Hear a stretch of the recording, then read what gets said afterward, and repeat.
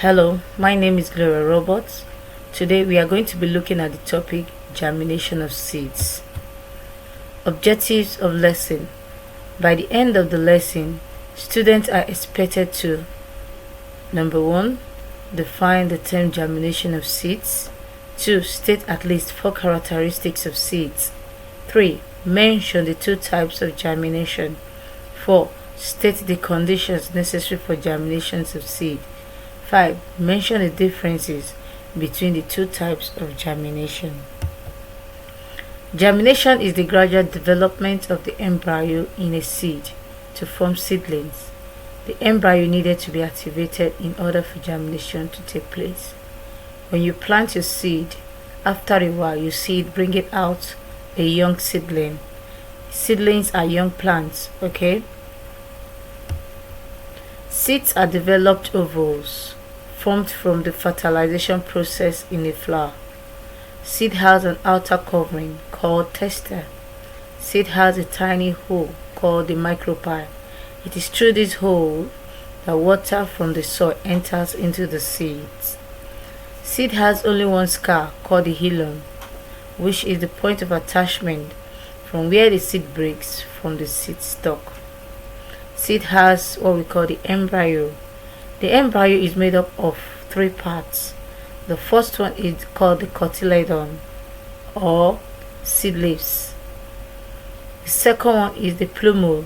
The plumule is the part that forms the shoot, and the radicle, this is the part that forms the root. The last part of the embryo is called the endosperm. Now, this is absent in some seeds, as we will discuss later. Types of seeds. Types of seeds can be based on the number of cotyledons or based on food storage. So we are going to be looking at them one after the other. It is important you understand the types of seed. That will help you to understand germination better. There are 2 types of seeds based on number of cotyledons, namely monocotyledon seeds. Now, these seeds have only one cotyledon or seed leaf. Examples are seed from maize, wheat, rice, millet, sorghum, bajra, etc. Now, when you pick such seed, you try to split, it can never split. This to tell you that it has only one cotyledon. Dicotyledon seeds. These seeds have 2 cotyledons or seed leaves. Examples are the seed of mango, beans, peas, soya beans, granite, etc. Now pick a bean seed. Let's use that for example. Remove the tester, which is the seed cover, the brown part or white part of the beans. Now put it in between your 2 fingers and try to split. You find out that it is split into 2. Each of them is called a cotyledon. So dicotyledon seeds, they have 2 cotyledons. Now, examples of monocotyledon seeds: we have rice, we have wheat, maize, bajra, just as I mentioned earlier. So these are the images that show you how these seeds look like. Now, here is the internal structure of a maize seed. You can see the part called the endosperm. You can see the part called the scutellum. You can see the coleoptile. You can see the plumule, you can see the radicle, you can see the coleorhiza. I'll study this image to have a better understanding. There are 2 types of seed based on food storage. The first one is called the endospermic seeds. Some seeds have areas known as the endosperm, just as we saw in our maize, this internal structure of the maize. Now, some seeds, like I said, have areas known as the endosperms where they can store food. This is found in seeds that are monocots like rice and maize. Non-endospermic seeds. These seeds lack the presence of endosperm for storage of food. Therefore, their food are stored in their cotyledon. Examples of dicot seeds: we have your soybeans, we have the beans, we have the green beans, the groundnut, and others as mentioned earlier. The image beside shows the internal structure of a beet seed. You have the part called the epicotyl. We also have the part called the hypocotyl. We have the radicle. The seed coat, also known as the tester, don't forget, we have the cotyledon, right? The first image is showing the part called the ilium, which is the scalp for attachment. We have a tiny pore there, which is known as the micropyle. Don't forget that is the hole through which water enter the seed when it is being planted. Then we have the seed coat. Types of germination of seeds. There are two types of germination. They are: number one, epigeal germination; number two, hypogeal germination.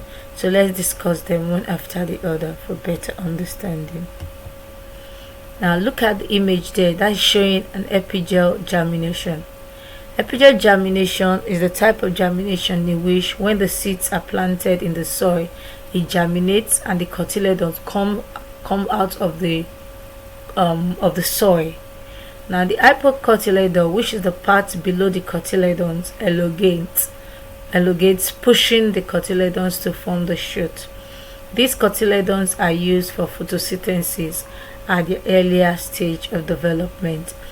Now seeds from groundnut, mango, beans, soybeans, gourd, castor carry out epigeal germination. Now let's study the image here. Now the seed was planted, and after planting, what happened?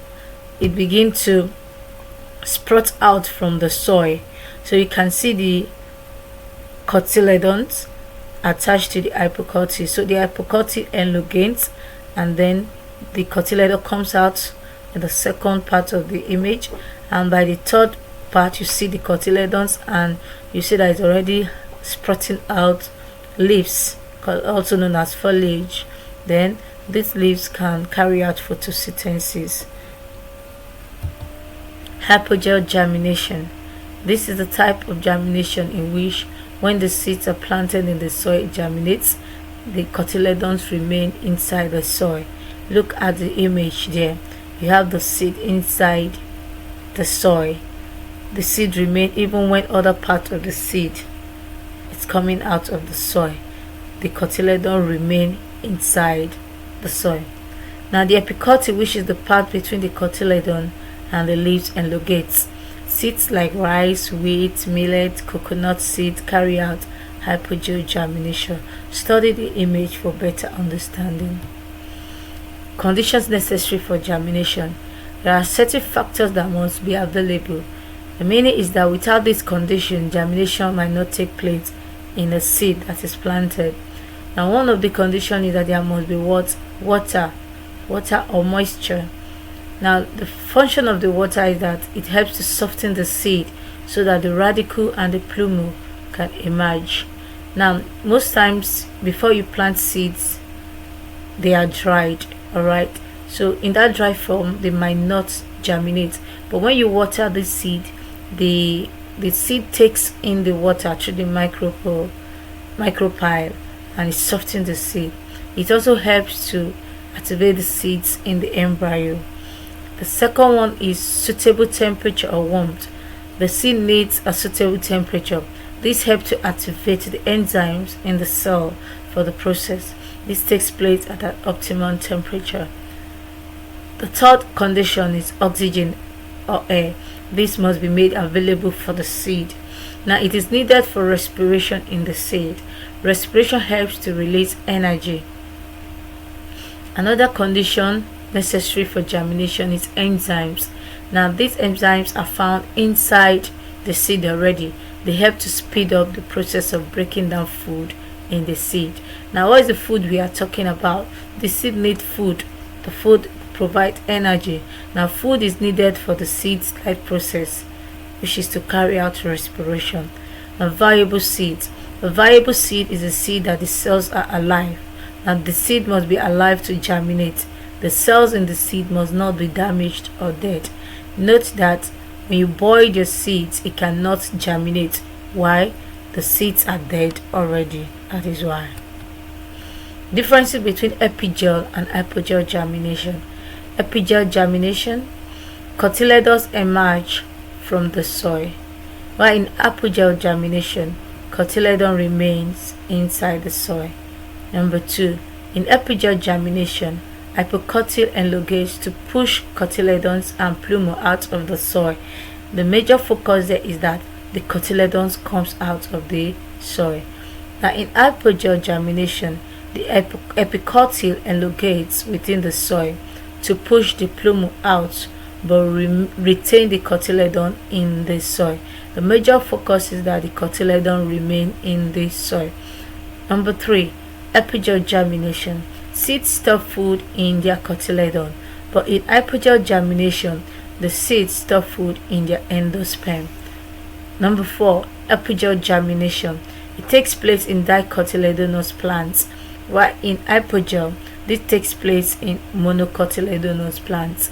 Number 5, but not the least, epigeal germination.